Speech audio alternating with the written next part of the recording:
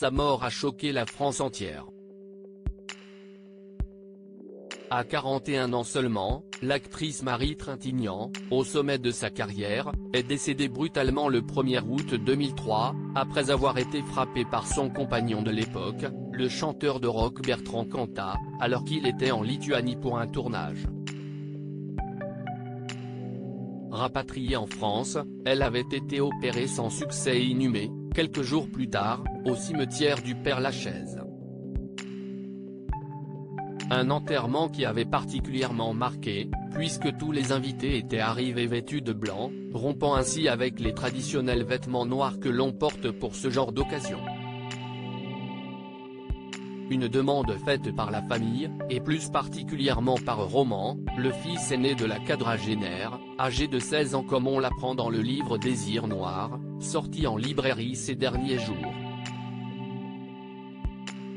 Un ado devenu acteur et restaurateur, né de l'union de sa mère et du musicien Richard Kolinka, et qui avait sûrement préféré garder le côté angélique d'une maman partie bien trop tôt. Présent aux obsèques avec son célèbre papa, ex-membre du groupe Téléphone, le jeune homme y avait retrouvé ses 3 petits frères Paul, à l'époque âgés de 10 ans, dont le père est François Cluzet, Léon, né de la relation de leur mère avec le technicien Mathias Autenin-Girard et qui avait à peine 7 ans, et Jules, accompagné de son père Samuel Bencheprit, un petit bonhomme de 5 ans. 4 garçons abattus par le chagrin, sous le soleil écrasant de la canicule, raconte l'autrice, qui narre une anecdote, au milieu des centaines d'invités et d'inconnus venus rendre un dernier hommage à l'actrice. Le jeune Paul n'arrive pas à comprendre pourquoi sa mère n'est plus là.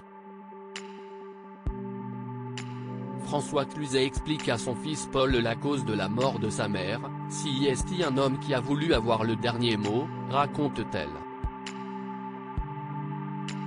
Une façon adoucie d'expliquer un drame absolu, une manière également pour le petit garçon d'accepter une difficile réalité.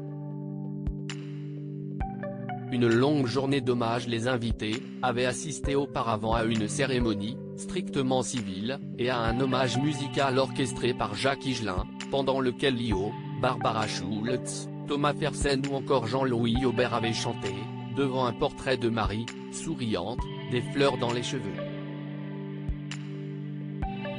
Puis, tous avaient ensuite été invités à couvrir le cercueil de fleurs jaunes.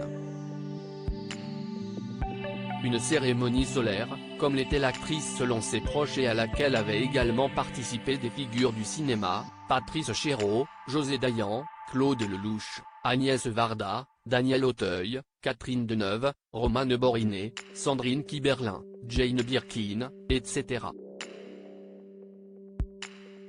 Et de la politique comme Lionel Jospin. Et que personne n'a oublié.